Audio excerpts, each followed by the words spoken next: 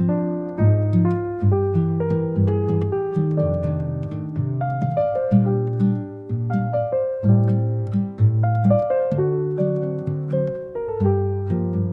nome é Tânia Mara Cruz, eu sou de Minas Gerais, do sul de Minas, tenho 65 anos, desde pequena eu gosto muito de ler, hoje a gente fez atividade de leitura aqui, fiquei bem feliz, gosto muito de ler, né? A minha meta quando eu era pequena era ler todas as bibliotecas da cidade, né? Mas aí depois você vai vendo que as bibliotecas são muito grandes e tudo, aí eu fui para São Paulo, aí as bibliotecas eram gigantes. E eu sou historiadora também, professora universitária, me aposentei, agora eu vivo num sítio e agora então eu estou mais na causa ambiental, indígena. Então, até recentemente, faz pouco mais de um mês, eu moro numa terra que é que os indígenas moravam também, como, né, todo esse Brasil, né, todo o Brasil era dos indígenas. Então lá eram os caigangues, xoclengues, né, e eu pedia sempre meus ancestrais dali, porque eu também tenho origem indígena, né, dos caigangues lá do sul de Minas, e aí eles me deram, eu estava mexendo no meu sítio e eu achei uma pedra, né, um instrumento de pedra lascada deles, né, até guardei e tal. Que eles me deram isso de presente, enfim, depois de estar 10 anos lá, então fiquei bem emocionada. Então é mais uma relação de ancestralidade mesmo que eu sinto, apesar de eu não parecer. A minha bisavó era indígena. Meu contato com a literatura indígena, assim, com o Tom, com as crianças agora, meus netinhos, literatura infantil, né, que eles têm bastante, que a gente trabalha muito. É o Milton e o Martim, que estão aqui na escola. Até esses dias a gente estava conversando um pouco sobre o quanto a gente brincava, como era importante as brincadeiras, a brincadeira livre, na realidade, né? Porque eu entrei para a escola só no prézinho, até os 6 anos. Mas eu lembro muito pouco desse período anterior, né? E ao mesmo tempo eu tinha uma mãe que com certeza contava histórias, me ensinava a bordar, fazia um monte de coisa. Minha mãe lia muito, minha mãe era professora também de séries iniciais, né? Mas ela morreu muito cedo, ela morreu, eu tinha 6 anos. Eu só brincava na rua, né? E brincava de tudo. Eu era meio um moleque, assim, então eu brincava de subir em árvore, bolinha de gude, pega-pega. Queimada, a gente brincava muito, era sul de Minas, né? A gente brincava muito de queimada. Pedrinha, tinha uma brincadeira que eu jogava as pedrinhas assim. No meio disso também a minha infância foi marcada pelo leite condensado. Era incrível. A gente catava uma lata de leite condensado, veja se isso é uma brincadeira, né? Mas a gente catava a lata de leite condensado, subia em qualquer canto do lugar onde a gente morava e ia ficar brincando e rindo e comendo leite condensado, porque era um pecado capital, né? Comer aquele doce todo lá. Foi uma coisa muito livre, a minha infância, a minha adolescência. E o que não era permitido eu fazia tudo escondido. Então estava tudo muito bem. Porque na verdade desde muito pequena eu já me considerava adulta, então é uma coisa meio estranha ser jovem. É como se eu sempre fosse meio adulta. Esse lance de perder a mãe pequena, você tem outra relação, né, com tudo esse mundo adulto, né? Mas a partir dos 16 anos eu já me considerava, na verdade, adulta. Então eu li a revista Isto É, a revista Veja, lá no sul de Minas e tal. Então eu já me identificava com uma política dos trabalhadores, mas eu não sabia muito bem qual era o nome disso, né? Eu fui para São Paulo, já de cara aí eu entrei com 17 para 18 no movimento estudantil, mais no movimento feminista estudantil, né? Então, também naquela época, né, 79, 80, você já, quando você entra no movimento estudantil, você já entra se considerando adulta. A gente não era essa coisa da juventude hoje, que estica, aí vai. Não, eu já estava trabalhando, eu dava aula, né? Eu só demorei para ter filho, né? Eu queria ter filho mais tarde.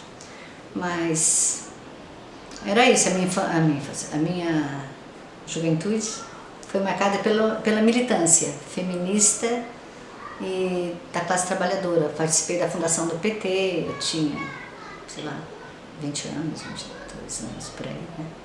Nesse período, em São Bernardo do Campo, né? Assim que eu me formei, mudei para São Bernardo, aquele auge todo. Eu era vizinha do Lula, inclusive. Era curioso isso. Então, a gente era do PT local, né? Fazia movimento de alfabetização Paulo Freire, conheci o Paulo Freire. Teve um momento que a gente fazia alfabetização com as pessoas, né? O movimento feminista também era assim. Eu tinha 20 e poucos anos, mas as mulheres do nosso movimento tinham 40, 45, 50, né? Então, e a alfabetização de adultos também, né, com o pessoal mais velho. Então a gente ia na sociedade de amigos, fazia alfabetização. Aí eu lembro que uma das vezes que a gente saiu assim, tinha um fusquinha, né? Tinha um fusquinha e tal. Aí teve um tiroteio, saiu todo mundo correndo. Aí eu me escondi atrás da roda do fusquinha. Aí tá meio tiroteio, deu uma parada assim, veio um dos traficantes, veio do meu lado e falou: tá tudo bem? Tá tudo certo? Aí eu falei: sim, né? Tá tudo certo. Ele falou: então você espera aqui um pouquinho. E aí eu esperei um pouquinho, aí passou, aí eles vieram ali, me resgataram, me escoltaram até sair um pouco mais pra longe dali. Teve um outro também, agora puxando um episódio pro outro, teve também um outro episódio parecido, mas aí já foi alguns anos depois, em 85, a Maiara nasceu, a minha filha, e eu fui pra maternidade.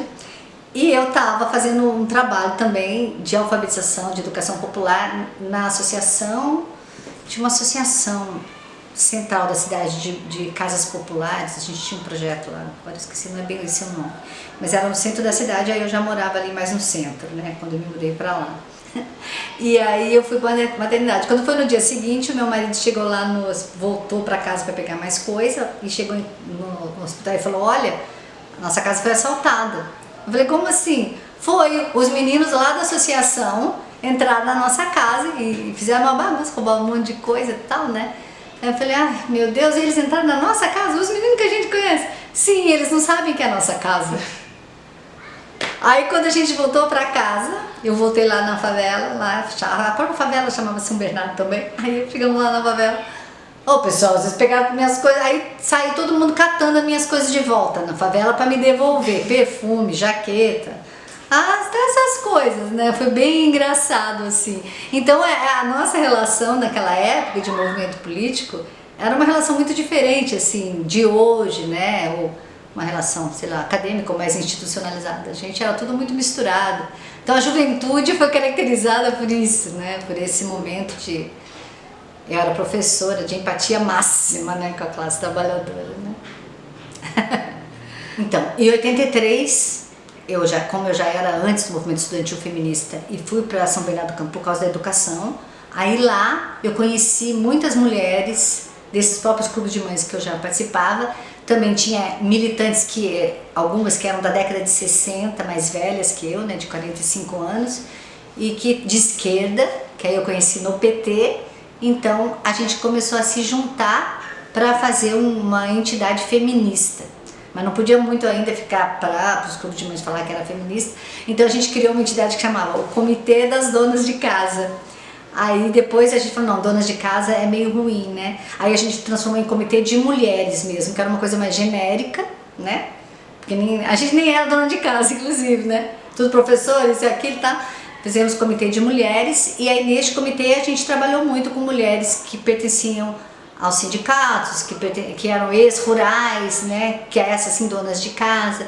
Criamos projetos junto com os governos, denunciando também, e também os movimentos todos de esquerda que na década de 80 a gente tinha, né? A nossa entidade chegou a ter 300 e poucas filiadas, tinha todo um projeto também. Na época a gente misturava muito, né? Um projeto, por exemplo, a gente tinha um leite mais barato, que era um leite de qualidade, onde a gente conseguia tipo uma ONG assim, mas a gente não era uma ONG, a gente era um grupo de militância política. E aí a gente atuava com as mulheres todas e fazia eventos. A gente levava mulher para Cuba, levava mulher para a Rússia, para a União Soviética na época ainda, né? Levava para lá e dava os cursos de formação. Foi um período assim muito bom, que ele começou a complicar só no final, em 89. Mas depois conseguimos também criar, com muita dificuldade, uma participação feminista na prefeitura de São Bernardo, embora os machistas do próprio PT, que nós participávamos, colocavam muitos empecilhos.